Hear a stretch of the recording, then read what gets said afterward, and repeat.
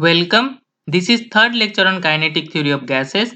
In this video, I will going to discuss about three important velocities related to molecules of a gas.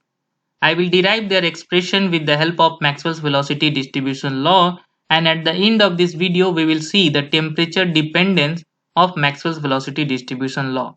Okay? In last lecture I have discussed about Maxwell's velocity distribution law. Basically, it tells us about the number of molecules whose velocity lying between certain interval of velocity. Suppose you have dn number of molecules whose velocity is lying between c and c plus dc, then according to Maxwell's velocity distribution, this dn will be given by this expression. Here, n is the number of molecule, m is the mass of a molecule, k is the Boltzmann constant, T is the temperature. We have also seen the concept of distribution function. For this particular distribution law, distribution function is given by Fc, which is calculated as dn upon n at dc equals to 1. Okay. This distribution function is nothing but probability. If you picked a molecule randomly out of a box, then the probability of that molecule having velocity c is given by this Fc. Okay. Now the distribution function look like this. What kind of information we can get from this distribution function? The very first information is probability. Area of this region is equals to the probability of a molecule having velocity lying between c and c plus dc. So if you multiply this probability by total number of molecule, you will get the number of molecule whose velocity lying between c and c plus dc. So far I was discussing the basic concept related to Maxwell's distribution law. Now there is a question. The question is, what is the velocity of a molecule?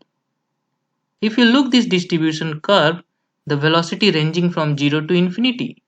That means velocity of a particular molecule is immaterial. Okay? It will not lead to any conclusive statement or any valuable parameter. But in order to characterize this gas, we need to have some kind of quantitative information about the velocity.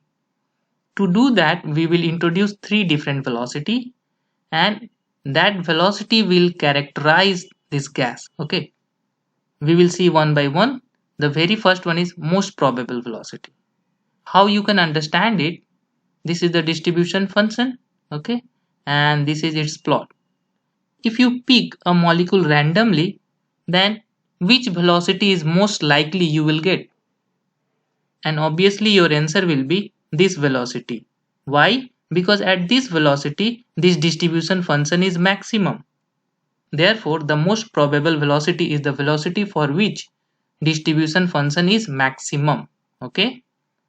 And that is this velocity. Let's mark it by Cm, most probable velocity. This is the definition. We have to find out its expression. How we can find out the maxima of a function? We can find out maxima of a function by equating its derivative to 0. Okay. Therefore, if we equate df dc equals to 0, then the value of c at which this function satisfies this relation, we call that value as a most probable velocity. Okay. Now just calculate df dc. This is the expression for f. Here we have used these values. A is equals to root over m upon 2 pi kt, b equals to m upon 2 kt. These are the constant. Okay, so if you use this constant, the expression for f will look like this. Now we have to calculate ddc of this expression. Just calculate it, you will get this expression. Now at c equals to cm, this term will equals to 0. Therefore we will get this relation. Now what we have to do? We have to solve this relation in order to find out Cm. Okay. If you solve this equation, you will get Cm square equals to 1 upon b. That is Cm equals to 1 upon root over b. And if you substitute the value of b, this is the expression for most probable velocity. Most probable velocity is equals to root over 2 kt upon m. In order to verify whether Cm is maxima or not, you have to find out second derivative and you have to show that second derivative is negative for this value of c. Then only you can say this is the maxima. and if you try to find out, you will find out that second derivative of f is negative for this value. Okay, so this is most probable velocity given by root over 2 kt upon m. The second one is mean velocity. Here we have a wide range of velocity. Then the concept of mean velocity seems obvious, right? What we have to do, we have to just calculate the average of the velocity. Okay, this is the distribution function. We have to calculate the average, and average will appear somewhere here, slightly towards the right from the maxima. Let's say n1 number of molecules having velocity c1, n2 number of molecules have velocity c2, and so on. Then how we can define this mean? Mean will be given by c bar, and it will be equals to n1 c1 plus n2 c2 plus dot dot dot divided by n1 plus n2 plus n3 plus dot dot dot. Okay, now we can write it in compact form in the summation. So just sum over I, ni, ci, and sum over ni. Okay, now we know the range of C is infinite. Okay, we can simply replace this summation by integration. Now what is the total number of molecule? That is n. So denominator will be n, 1 upon n, and this summation is replaced by integration from 0 to infinity C dnc. We know what is dn. Just substitute that dn here, and we will get C bar equals to this. Now the major task is we have to evaluate this integral. If we substitute z equals to bc square, then this integration will become like this: 1 upon 2b square integration over 0 to infinity z e to the power minus z dz. And if you look this integration very carefully, this is a gamma function. This is gamma 2, and the value of gamma 2 is 1. Therefore, this integral will be 1 upon 2b square. Okay, we know c bar is given by this, and this integration is 1 upon 2b square. Just substitute it. C bar will be 4 pi a cube upon 2b square. We know a, we know b, just substitute it, and the final expression for c bar is 8 kt upon pi m. Okay, now what is the difference between mean and most probable velocity? Most probable velocity will tell you if you pick the random molecule, then which velocity is most likely you can get. And this mean will tell you if you picked up many molecules randomly one by one, and if you take their average, then you will get this answer. Okay, now the third velocity is RMS velocity. RMS velocity is defined as c, which is given by square root of c square bar. First you have to take the square of the velocity, then you have to do the mean, and then you have to take the root. Okay, what is c square bar? C square bar, you can write it like this: n1 c1 square plus n2 c2 square plus dot dot dot upon n1 plus n2 plus dot dot dot. Okay, now in the summation form, it is sum over I ni ci square upon sum over ni. Now sum over ni is total number of molecule, that means n, and as the velocity range is infinite, we can easily replace this summation by integration. Therefore, c square bar is given by 1 upon n, 0 to infinity c square dn. We will simply substitute dn, and we have to evaluate this integration. Similar to the previous case, we will substitute bc square equals to z here. Okay, then this integration will become 1 upon 2b to the power 5 by 2 integration over 0 to infinity z to the power 5 by 2 minus 1 e to the power minus z dz. And what is this? This is gamma function, and this is gamma 5 by 2. And gamma 5 by 2 is 3 upon 4 root pi. Therefore, this integration will become 1 upon 2b to the power 5 by 2 multiplied by 3 upon 4 root pi. Okay, now look, we know c square bar is given by this.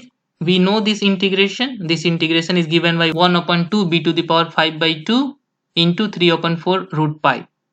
Just substitute everything, then c square bar will look like this. Substitute the value of a and b. The final expression for c square bar is 3 kt upon m. Therefore, the root mean square velocity will be c, which is square root of this, that is root over 3 kt upon m.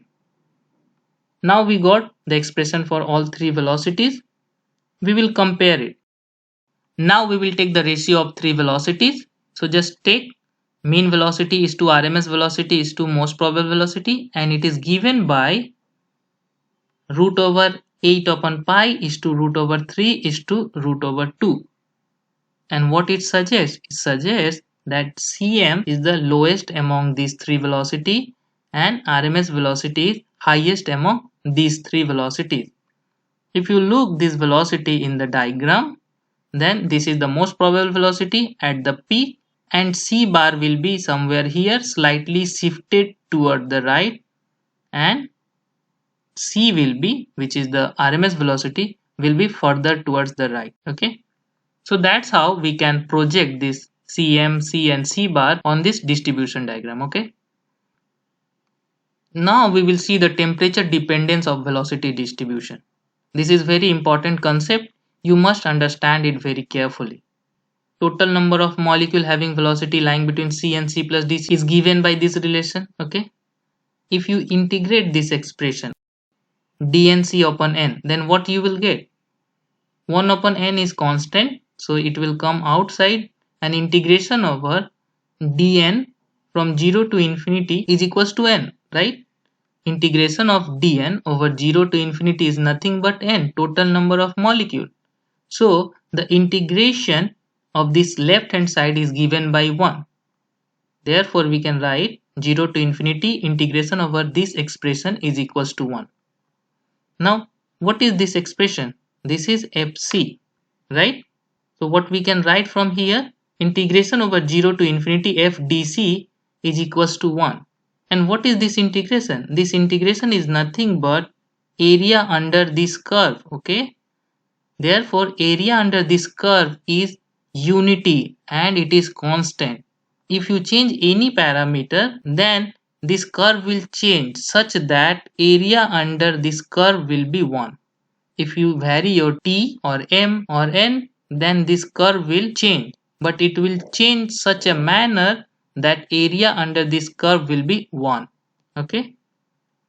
Now we have seen that maxima of this curve is given by most probable velocity, right? And most probable velocity is proportional to root over t. Therefore, if you increase the temperature of the gas, then the position of maxima will shift toward the right, because most probable velocity will be larger. So most probable velocity will shift toward the right. As a result, maxima will shift towards the right side. Okay. But you will find out that peak will decrease in order to preserve its area. Okay. So let's see how we can understand it. This is the graph at particular temperature T1. Now if you increase your temperature, then the graph will become something like this. Here T2 is greater than T1. Now look here, peak is shifted toward the right and also it decreased. Similarly, if you increase your gas temperature furthermore, then you will get the curve something like this. Peak is further shifted toward the right and also decrease. As peak shifted toward right, in order to preserve its area, the height of the peak is decreased. Okay. What the concept we got from here? If any gas has higher temperature, then spread in the velocity of the molecule will be higher. Now energy distribution of the molecules. We know the number of molecule whose velocity lying between C and C plus dc is given by this. This is the distribution for the velocity, and we want the distribution for the energy. Then what you have to do? You have to replace the velocity in terms of energy. What is the energy? Energy is given by half mc square. Okay, this is the kinetic energy of the molecule. Then if you differentiate this equation, you will get dc equals to dE upon root over 2me. Now replace dc here and c using this relation. After utilizing these two relation and replacing c and dc from this dn, you will get the expression for dne, that is number of molecule whose energy is lying between E and E plus dE, and this is nothing but energy distribution of the molecule. Okay. In similar way, you can find out the momentum distribution of a molecule. This we know. What is the momentum? Momentum is given by P equals to mc, okay, mass into velocity, and if you differentiate this, you will get dc equals to dp upon m. Just replace dc and c utilizing these two relation into the expression for d and c.